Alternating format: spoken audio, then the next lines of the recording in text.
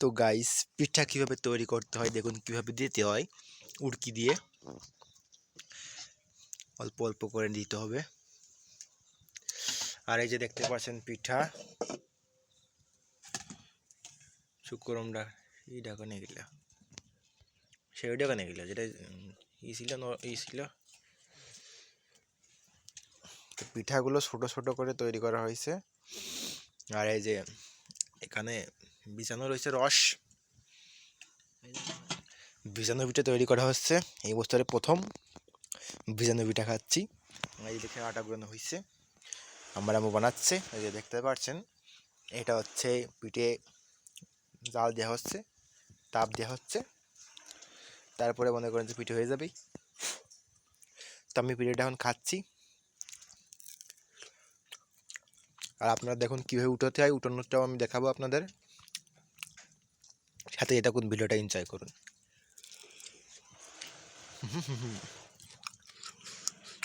Two দেবো না।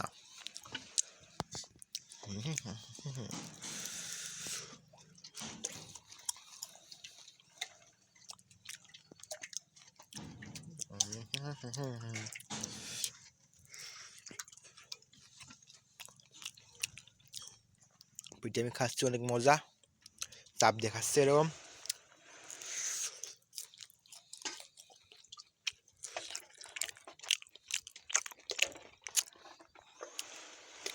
এরকম করলে কি হয়? ও আরেকটা নি।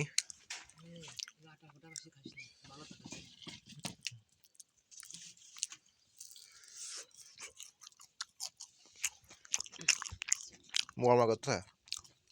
ও তো তো খাস না আটা, আমি বাদাটা বানাই দিচ্ছি ওটা সকালে খাবার নরম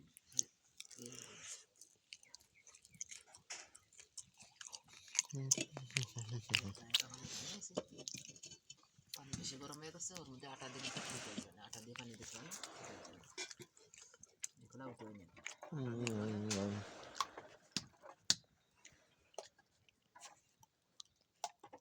তো গাইস আমি আপনাদেরকে এক খোলা উঠানো দেখাবো, উঠানো হলেই তারপর ভিডিওটা অফ করব। আপনাদের দেখালাম কি ভিডিও বানাতে, এটাই কত সুন্দর বড় বড় ভিডিও হয়েছে। প্রথম দুইটা হচ্ছে দুই তওয়া ছোটো ছোটো এরকম নরম নরম হয়েছিল। এইটা মনে হচ্ছে ভালো হয়েছে, দেখা যাক। কি লাগে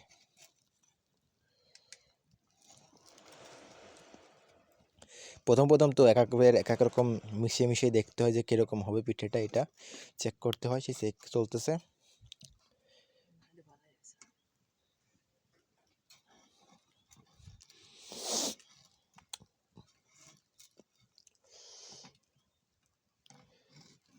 তো গাইস তো ভিডিওটা শেষ করছি, আপনাদের দেখালাম পিঠেটা 2 বের দেওয়ার পরে খোলা একদম চাপ ঠিক হয়ে গেছে, একদম ভালো।